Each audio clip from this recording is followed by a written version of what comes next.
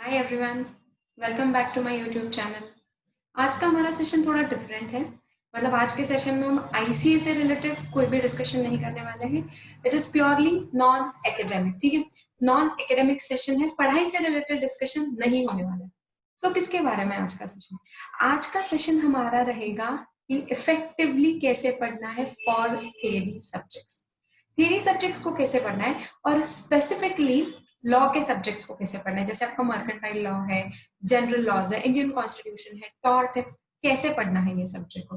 मतलब बहुत बच्चे मुझे क्लासेस में पूछते हैं कि मैम मेमोराइज कैसे करना है लॉ को, बहुत कंफ्यूजिंग है, पेनल्टीज है, लायबिलिटीज है, फाइन्स है, कॉम्पेंसेशन है, सेक्शंस है, इन सबको मेमोराइज कैसे करना है, क्या ट्रिक यूज करना है जिससे हमें ये सारी चीजें याद रहेगी और पेपर में हम इसको अच्छे से सही तरीके से लिख पाएंगे। कैसे क्या करना है। सो हमेशा बच्चे मुझे क्वेश्चन पूछते हैं, so I thought let's make a video on this कि इफेक्टिवली थियरी सब्जेक्ट्स को कैसे पढ़ना है और स्पेसिफिकली लॉ को कैसे पढ़ना है। सो अगले 5 to 7 मिनट्स बी फोकस्ड। हम पूरे 5 से 7 मिनट में सिर्फ यही डिस्कशन करने वाले हैं कि कैसे पढ़ना है, और कुछ टिप्स मैं आपको बताऊंगी जो आपको याद रखनी है, नोट डाउन करना है, प्लस प्लस उसको क्या करना है, इम्प्लीमेंट भी करना है। You have to implement these tips which I will be giving you. अगले 5 से 7 मिनट के वीडियो में आपको टिप्स दी जाएंगी कुछ जो आपको इम्प्लीमेंट करनी है, सिर्फ सुनना नहीं है। You have to implement it and you will be able to see the results, ठीक है। सो चलिए देखते हैं अगले 5 से 7 मिनट में कि आपको क्या क्या पढ़ना है, कैसे पढ़ना है और व्हाट आर दी टिप्स। सो सबसे पहली चीज जो आपको समझनी है इज दैट नो रट्टा फाइल। बिल्कुल रट्टा नहीं मारना है। मैं सिर्फ लॉ के बारे में बात कर रही हूँ और आपके थ्योरी सब्जेक्ट से रिलेटेड, मतलब कोई भी सब्जेक्ट का रट्टा मारना ही नहीं है, लेकिन थ्योरी सब्जेक्ट्स का तो बिल्कुल भी नहीं। मतलब हाँ, इसमें आपको शायद अगर आप मेमोराइज अच्छे से कर लेते तो you will be able to get good marks, लेकिन it's not going to help you in your future life. मतलब you can not go long way by just memorising the things. रट्टा नहीं मारना है। तो सबसे पहली चीज क्या याद रखनी है, नो रट्टा फाइल। बिल्कुल भी पोपट पंछी नहीं बनना है। तो अभी करना क्या है मैम, इतने सेक्शंस है, मतलब अगर आईसीए की बात करते हो तो 75 सेक्शन, सोगा है हमारे पास, इंडियन पार्टनरशिप है, कॉन्स्टिट्यूशन में 448 आर्टिकल्स, उसमें सब पार्ट्स है, प्रोविजंस है, क्लॉजेस है, कैसे याद रखेंगे मैम? कंसेप्चुअल स्टडी सबसे इंपॉर्टेंट है। देखो आप जब कोई भी थ्योरी सब्जेक्ट की बात करते हो ना, concept clearing is the utmost important criteria. अगर आपका कंसेप्ट क्लियर है ना तो आपको कुछ भी पेपर में आ जाए आप लिख पाओगे। लेकिन आप अगर रट्टा मार के जाते हो, सोच लो अगर आपने रट्टा मारा है और अगर एक पॉइंट पे आप भूल जाते हो तो क्या होता है, you forget the whole of the answer, right. मतलब आप सीक्वेंस में पढ़ते हो, मैंने बहुत सारे फ्रेंड्स को देखा है एक्चुअली जो रट्टा मारते हैं। रट्टा मारने वालों का क्या प्रॉब्लम होता है, एक पॉइंट भूल गए ना, आगे का पूरा आंसर उनका कोलैप्स हो जाता है। तो ये तो आपको मतलब अगर 4 मार्क का आंसर है, आप पहले पॉइंट पे ही भूल गए तो गए 4 के 4 मार्क्स। उससे अच्छा अगर आप कंसेप्चुअली पढ़ते हो तो at least you will be able to write in your own words. और देखो हमारे जो इंस्टीट्यूट है, सीए, सीएस और सीएमए, तीनों की मैं बात कर रही हूँ, ठीक है। हमारे जो इंस्टीट्यूट है they expect point two point answers, precise answers उनको चाहिए आप लोगों से, ठीक है। सो आप जब रट्टा मारते हो और आप भूल जाते हो तो you start making your own theories, ठीक है, वो उनको नहीं चाहिए। वो उनको नहीं चाहिए है। वो लोग आपसे सिर्फ एक ही चीज एक्सपेक्ट करते हैं कि प्रिसाइज आंसर्स लिखे। देखिए हम है ना, मतलब before entering this professional courses we are tend to write lengthy answers. मतलब हमारी आदत रहती है कि हम क्या करते हैं, बहुत लंबे लंबे आंसर्स लिखते हैं, लेंथी आंसर्स लिखते हैं, और वी एक्सपेक्ट कि लंबे आंसर्स लिखने से हमको ज्यादा मार्क्स मिलेंगे। शायद शायद दूसरी जगह पे मिलते होंगे, लेकिन our institute doesn't accept this. Instead उनको अच्छा ही नहीं लगता है। अगर आपने बड़े बड़े आंसर्स लिखे हैं तो you are not going to get good marks at all. तो सबसे पहली चीज क्या करनी है, नो रट्टा फाइल और कंसेप्चुअल पढ़ाई करना है। जो भी कंसेप्ट है उसको समझिए। पहले तो आपने जो क्लासेस के नोट्स लिए उनसे उनको एक्सप्लेन कीजिए खुद को कि ये क्या है। कंसेप्ट ओन वर्ड्स में समझिए और फिर उसको लिख के निकालिए ओन वर्ड्स में। तो ये क्या हो जाएगा, you will be able to understand it कि हाँ अच्छा, सपोज आपका आईसीए है तो रेमेडीज ऑफ ब्रीच है। तो क्या है रेमेडीज, रेमेडीज मतलब क्या होता है, ब्रीच का मतलब क्या है, उसमें क्या क्या चीजें आती है, कौन से सेक्शन है। अगर आपको रेमेडीज का पार्ट समझ जाता है तो आप ओन वर्ड्स में आंसर ऑटोमेटिकली लिख पाओगे ना, ठीक है। सो अगर कल पेपर में आता है तो आप ओन वर्ड्स में लिख कर आ सकते हो। आपको फिर उसमें फेंकने की जरूरत नहीं है, जैसे हम पप्पारे मारते थे वो करने की जरूरत आपको बिल्कुल भी नहीं है। क्यों? क्योंकि आपको पता है कंसेप्ट क्या है। तो ये कब पॉसिबल है, जब आपने कंसेप्चुअल पढ़ाई किया है विदाउट डूइंग पोपट पंची वाला सिस्टम, ठीक है। तो सबसे पहली चीज हमने क्या ध्यान रखनी है कि we have to study conceptually, ठीक है, नो रट्टाफिंग, ये पहला पॉइंट। दूसरा पॉइंट है फोकस। जब भी आप थ्योरी सब्जेक्ट्स पढ़ते हो ना, ध्यान भटक गया, पूरा कंसेप्ट कोलैप्स हो जाएगा। फोकस के साथ पढ़ना है, आधा घंटा पढ़ो नो प्रॉब्लम, लेकिन फोकस के साथ पढ़ना है। जिस वक्त आपको लगता है कि मेरा ध्यान भटक रहा है, छोड़ दीजिए, बुक को रख दीजिए, दूसरा सब्जेक्ट निकालिए, लेकिन बिना फोकस के साथ मत पढ़ना, नहीं तो फिर वो टाइम वेस्ट ही है ना। आप बस पढ़े जा रहे हो, आपको लग रहा है कि आप हाईलाइट कर रहे हो, बुक में मैंने 2 पेजेस पढ़ लिए, समझा कितना है 2 पेजेस में से आपको, दैट इज व्हाट मैटर्स। सो हमेशा जब भी आप पढ़ते हो ना, फुल फोकस के साथ पढ़ना है, keep the phone aside. Distractions बहुत सारे हैं हमारे पास फिलहाल के डेट में, भी है WhatsApp, Insta, Snapchat, FB, what not, Netflix है अभी तो, अमेजोन है, बहुत सारी चीजें हैं। It's on to us, it is purely on to us कि हमको कैसे फोकस रहना है। मैं ये नहीं बोलूँ कि आप ये सारी चीजों से दूर रहिए या बंद कर दीजिए, लेकिन जब तक आप पढ़ रहे हो तब तक के लिए at least keep the phone aside for at least few hours. उसके बाद again you can go there, right, आप चेक कर सकते हो आपका व्हाट्सएप। मैं ये नहीं बोल रही कि अनइंस्टॉल कीजिए, लेकिन कुछ टाइम के लिए बंद तो रखिए अपना net. Have patience, right. So क्या करना है, फोकस के साथ पढ़ना है, बिल्कुल भी डिस्ट्रैक्शंस के साथ नहीं पढ़ना है। थोड़े टाइम के लिए पढ़िए, लेकिन क्वांटिटी नहीं, क्वालिटी के साथ पढ़िए। क्वालिटी चाहिए, क्वांटिटी मैटर नहीं करता है हमारे फील्ड में, व्हाट मैटर्स इज क्वालिटी। आधा घंटा पढ़ो नो प्रॉब्लम, लेकिन फोकस के साथ पढ़ना है। उसके बाद आपको क्या करना है, जब भी आप कोई भी थ्योरी सब्जेक्ट पढ़ते हो ना, you have to highlight the important points. हमेशा एक हाइलाइटर लेके बैठना है। मतलब when I was studying, my teachers also used to tell me this, कि आपको क्या करना है, हाइलाइटर लेके बैठना है, डिफरेंट डिफरेंट कलर्स के अट्रैक्टिव हाइलाइटर्स लेके बैठिए, और जो भी आपको इंपॉर्टेंट लगता है हाईलाइट कीजिए। और अगर आपको कोई कंसेप्ट है जो समझ में नहीं आता है, तो क्या करना है, ओन वर्ड्स में साइड में लिख के रखिए। ओन वर्ड्स में साइड में लिख के रखिए, या तो फिर अगर आप क्लासेस अटेंड कर रहे हो, तो क्लासेस में जब आपके टीचर्स एग्जाम्पल्स देते हैं या उनके वर्ड्स में जो एक्सप्लेन करते हैं, वो साइड में लिख के रखना है। So what it does to you, जब आप पढ़ते हो दूसरी बार वो सब्जेक्ट को, तो it helps you in memorising things. Automatically concept clear हो जाएगा, ऑटोमेटिकली आपको याद आ जाएगा कि हाँ, मैम ने, सर ने क्लास में ये पढ़ाया था, तो उसका ये कंसेप्ट है। ऑटोमेटिकली याद आ जाएगा सब कुछ, और पेपर में भी वही याद आएगा आपको, फिर ज्यादा एफर्ट्स लेने की जरूरत नहीं है। सो क्या करना है, फोकस के साथ क्लासेस को अटेंड करना है, फोकस के साथ पढ़ना है, और चीजों को जब थ्योरी आप पढ़ते हो तो हाईलाइट करना है इंपॉर्टेंट चीजों को, और साइड में ओन वर्ड्स में लिख के रखना है कि इसका मीनिंग क्या है। तो वो आपको मेमोराइज करने में ऑटोमेटिकली हेल्प कर देता है, आपको रट्टा मारने की जरूरत नहीं पड़ती है।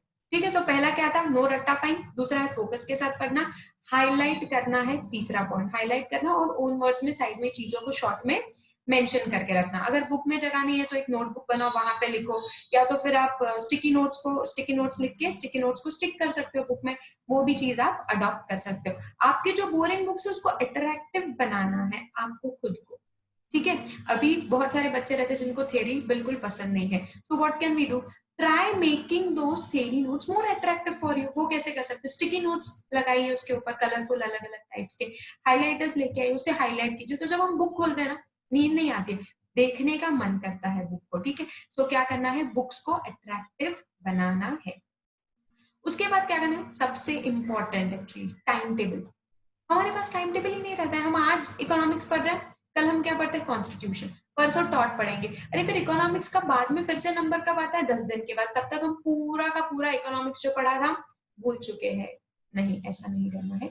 एक प्रॉपर टाइम टेबल बनाइए, जिसके थ्रू आपको डेली पता होना चाहिए कि ये सब्जेक्ट मैं फिलहाल पढ़ रही हूँ या पढ़ रहा हूँ, और उसको मुझे रिवाइज कब करना है, हफ्ते में एक बार। जितने भी सब्जेक्ट्स आप पढ़ रहे हो, हफ्ते में कंपलसरी एक बार रिविजन कंपलसरीली करना है। संडे रखिए, सैटरडे रखिए, जो भी आपको दिन लगता है उस दिन सिर्फ रिविजन करना है, जो पिछले 7 दिनों में आपने पढ़ा है। पिछले 7 दिनों में जो भी आपने पढ़ा है उसका रिविजन कीजिए आप, और फिर से अगले 7 दिन के बाद रिविजन। ऐसे करते करते एक टाइम टेबल बनाइए, जो कि आप हर एक सब्जेक्ट को रिवाइज टाइमली फॉर्म में करेंगे। मतलब 15 दिन के बाद अचानक से एक बुक खुलना है, नहीं, मतलब रिविजन के लिए आप एक प्रॉपर टाइम टेबल बनाइए कि हाँ, मुझे ये टाइम टेबल फॉलो करना ही है, रिवाइज इस स्ट्रक्चर में करना है, इस फॉर्म में रिवाइज करना है। उससे क्या होता है कि वो सब्जेक्ट को आप निग्लेक्ट नहीं करते हो, अवॉइड नहीं करते और भूलते भी नहीं हो। देखो, इतनी सारी हम चीजें याद नहीं रख सकते। अगर आप वो सब्जेक्ट को पढ़ रहे हो ना, तो उसका फिर से नंबर कब आने वाला है रिवीजन के लिए, वो चीजें आपको एनालाइज करके रखनी है। हमारे पास बहुत सारे सब्जेक्ट्स रहते हैं, मतलब फाउंडेशन की बात छोड़ दो, लेकिन अगर आप एग्जीक्यूटिव इंटर में हो, फाइनल में हो, तो हमारे पास एक साथ सब पढ़ने के लिए 7-7, 8-8 सब्जेक्ट्स रहते हैं। तो अगर एक सब्जेक्ट आप अभी पढ़ रहे हो, तो दूसरे का तो नंबर कब आएगा रिविजन के लिए, बहुत टाइम लग जाता है। सो क्या करना है, प्रॉपर टाइम टेबल बनाना है। टाइम टेबल में रिविजन के लिए हर एक सब्जेक्ट के लिए जगह जरूर जरूर बनानी है। ठीक है, सो अभी तक हमने क्या देखा, नो रट्टा फाइन, फोकस के साथ पढ़ना, हाईलाइट करना है, टाइम टेबल बनाना है। सो अभी तक हमने 4 पॉइंट्स को पढ़ा है। नेक्स्ट पॉइंट, अभी सेक्शंस की बात करते हैं कि मैम बहुत सारे सेक्शंस है, आईसी अकेले में 75 सेक्शंस है, कैसे पढ़ना है। कॉन्स्टिट्यूशन में भी हमको मतलब हाँ, आपको कॉन्स्टिट्यूशन सीएस ईडी में और एग्जीक्यूटिव में है, लेकिन पूरे आर्टिकल्स नहीं है, तो कैसे पढ़ना है, जितने भी आर्टिकल्स है उसमें ऑडियो रिकॉर्डिंग करना है। मतलब क्या, आप जब पढ़ते हो ना तो क्या करें, सबसे पहले एक बार पढ़ लीजिए, ठीक है, वो सब्जेक्ट। जैसे अगर आप कॉन्स्टिट्यूशन पढ़ रहे हो और आपको सपोज अज्यूमिंग कि इनिशियली मतलब आपको फंडामेंटल राइट्स है, ड्यूटीज है और डीपीएसपी है, तो अज्यूम करते कि आपको 50 आर्टिकल तक सब कुछ है, 1 से लेके 50 आर्टिकल्स तक कॉन्स्टिट्यूशन के। अभी क्या करना है, ये जो आर्टिकल्स है ना उसको मोबाइल में रिकॉर्ड करके रखना है खुद के वॉइस में। Article 1 stands for this, article 2 stands for this, 3 for this, 4 for this, ऐसे करते करते आपको पूरे आर्टिकल्स को रिकॉर्ड करके आपके खुद के वॉइस में फोन में सेव करके रखना है। फोन हो, लैपटॉप हो, चाहे वो जिसमें हो, ठीक है, सेव करके रखना है। Same for other chapters, ICA है आपका, सोगा है, आईपीए है, जितने भी आपको मतलब जहां जहां पे आपको लगता है कि मुझे सेक्शंस के लिए दिक्कत जा रही है, वहां पे ये सिस्टम अडॉप्ट कीजिए। ऑडियो रिकॉर्डिंग करके रखिए और वो आपके फोन में स्टोर करके रखिए। ठीक है, सो इससे क्या होगा, जब आपको आपको जब टाइम मिलता है and you are feeling like not to study, अभी मुझे पढ़ना नहीं है, नॉट स्टडिंग, तो उस समय पे क्या करना है, ईयरफोन्स लगाइए और ये ऑडियो रिकॉर्डिंग सुनिए। उससे क्या होगा, उससे आपको सेक्शंस याद हो जाएंगे। सेक्शंस क्या हो जाएंगे, याद हो जाएंगे। ठीक है, पूरे के पूरे नहीं होंगे लेकिन थोड़ा कुछ तो है। Something is always better than nothing. ठीक है, सो क्या करना है, ऑडियो रिकॉर्डिंग करके रखिए और क्या करना है, इन चीजों को याद करने की कोशिश कीजिए। ठीक है, सो ये था आपके सेक्शंस के लिए। अभी अभी ये तो मतलब फाउंडेशन लेवल पे चलिए हो भी जाएगा। एग्जीक्यूटिव, सीएस एग्जीक्यूटिव या सीए इंटर की बात करते हैं तो इतने सारे लॉ के सब्जेक्ट्स है। स्पेसिफिकली अगर मैं सीएस एग्जीक्यूटिव की बात करूं तो out of 7 you have 4 theoretical subjects, 3 आपके प्रैक्टिकल है जिसमें कॉस्टिंग, अकाउंट्स और टैक्स आता है, बाकी 4 आपके थ्योरी सब्जेक्ट्स है। क्या सच में ये पॉसिबल है क्या एग्जीक्यूटिव लेवल पे? Absolutely not, absolutely not. तो फिर क्या करना है, conceptual study again, section wise पढ़िए, सेक्शन नोट्स बना के रखिए। सेक्शन वाइज पढ़ना है और नोट्स बनाइए, एक नोटबुक बनाइए, जैसे आपका कंपनी लॉ है, नोटबुक बनाइए, section 1 stands for this, section 2 for this, खुद के हैंडराइटिंग में नोट्स बनाइए और लिखिए। ये सबसे बेस्ट तरीका है, सबसे बेस्ट तरीका है। लिखिए, राइटिंग प्रैक्टिस कीजिए, हर एक क्वेश्चन की, हर एक चीज की, आपको ऑटोमेटिकली याद रहेगा। आपको पता है जब हम स्कूल में थे हमको होमवर्क देते थे 5 टाइम्स लिख के लाना है, 10 टाइम्स लिख के लाना है, जब हम होमवर्क स्किप कर देते थे एज अ पनिशमेंट, क्यों?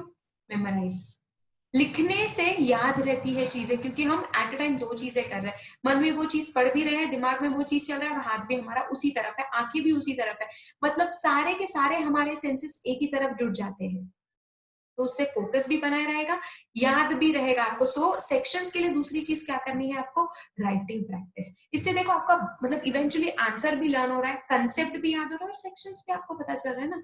सो क्या करना है, सेक्शंस को लिख के रखना है, सेक्शन वाइज लिखिए, 1 2 3 4 5 जितने भी आपके सेक्शंस है, हर एक सेक्शन के आगे लिखिए और सब सेक्शंस भी लिखिए।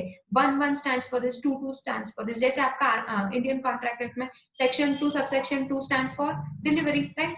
तो उसको लिख के रखने की कोशिश कीजिए, उससे भी आपको चीजें याद रहेगी। पेनल्टीज के लिए भी आप सेम कर सकते हो, लायबिलिटीज के लिए, फाइन्स के लिए, कॉम्पेंसेशन के लिए, इम्प्रिजनमेंट के लिए, सारी चीजों के लिए writing practice is the best thing.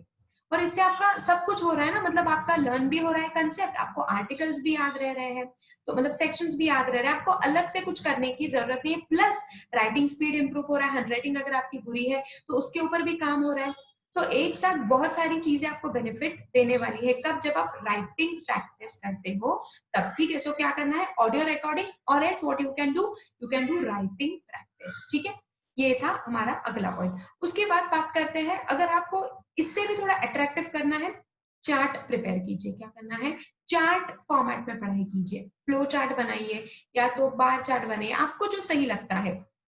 Chart format बनाकर उसमें पढ़ाई कीजिए सेक्शंस की, तो वो भी आपको बेनिफिट देगा और देता है।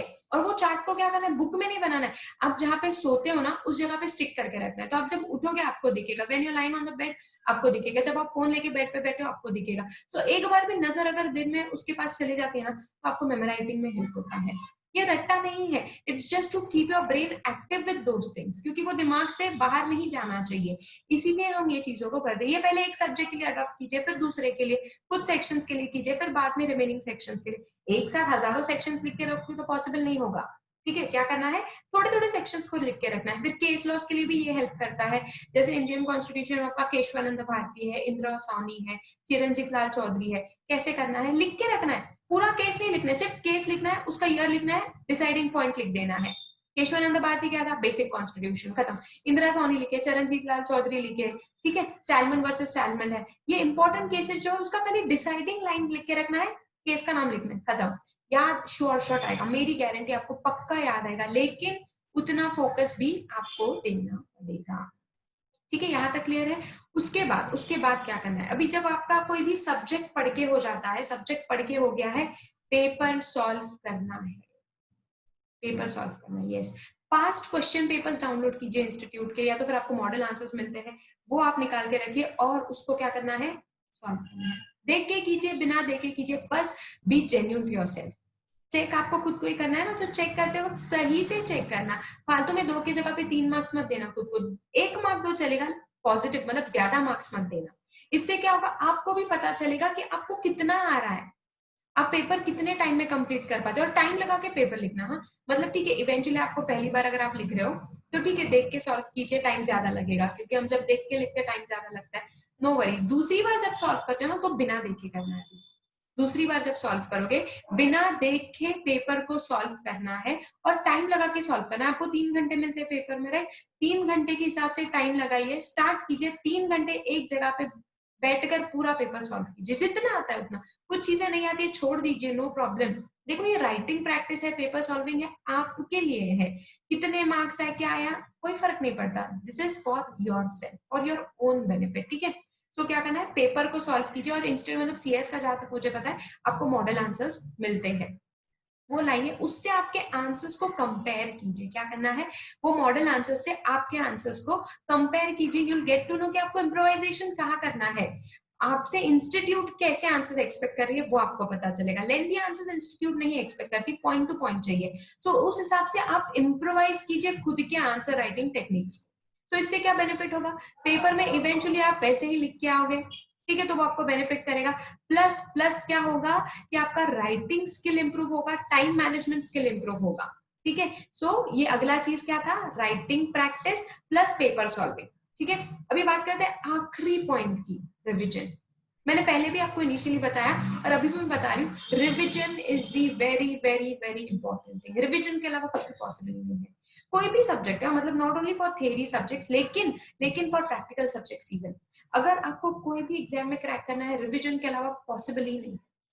मैं हमेशा सजेस्ट करती हूँ 10 बुक्स को मत पढ़िए, 1-2 बुक्स बहुत ज्यादा है, लेकिन वो बुक्स के ऊपर आपका ट्रस्ट होना चाहिए, और वो बुक्स के ऊपर आपको पता होना चाहिए कि श्योर शॉट बुक से ही आएगा। इतना आपका रिविजन चाहिए वो बुक के ऊपर, इतना आपका स्टडी चाहिए वो बुक के ऊपर, ठीक है। बार बार रिवाइज कीजिए, एक सब्जेक्ट पेपर को जाने से पहले कम से कम 2 से 3 बार आपका पढ़ के होना चाहिए। मतलब अगर आप मॉड्यूल से पढ़ रहे हो ना, तो वो मॉड्यूल का आपने 2 से 3 बार फोकस के साथ पढ़ा है, सिर्फ पढ़ने के लिए हाईलाइट करते नहीं गए हैं, सच में ध्यान से अटेंटिवली फोकस के साथ पढ़ा है, श्योर शॉट आपको पेपर में आएगा, सारी चीजें आपको पेपर में याद आएगी। लेकिन रिविजन के बिना कुछ भी पॉसिबल नहीं है। एक बार पढ़ोगे ना तो कुछ भी नहीं आएगा आपको, पूरा कोलैप्स हो जाओगे आप। कम से कम 2 से 3 बार आपको पढ़ना ही है।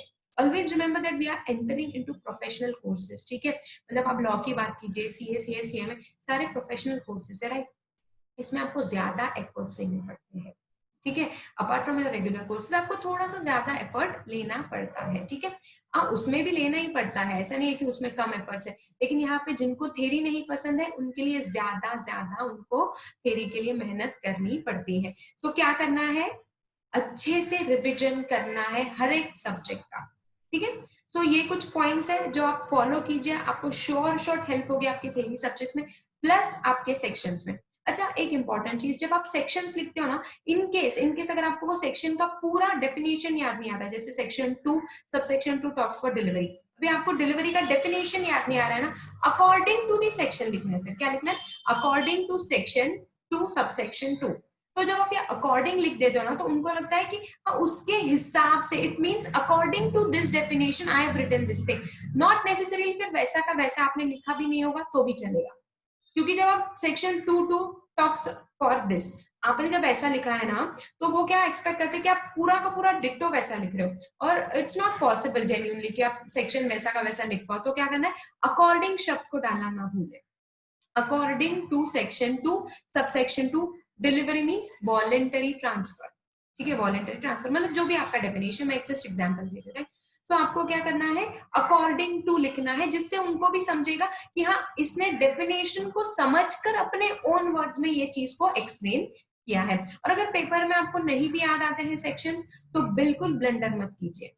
मतलब कि अगर आपको लगता है कि शायद 2-1 होगा डेफिनेशन या 2-3, सेक्शन लिखिए ही मत, डायरेक्टली लिख दीजिए आपका आंसर, क्योंकि अगर आप गलत सेक्शन लिखते हैं ना, तो फिर मार्क्स जाते हैं। श्योर शॉट पता है, go for it, no problem. नहीं पता है, बिल्कुल रिस्क नहीं लेनी है, बिल्कुल रिस्क नहीं लेनी है, छोड़ देना है सेक्शन।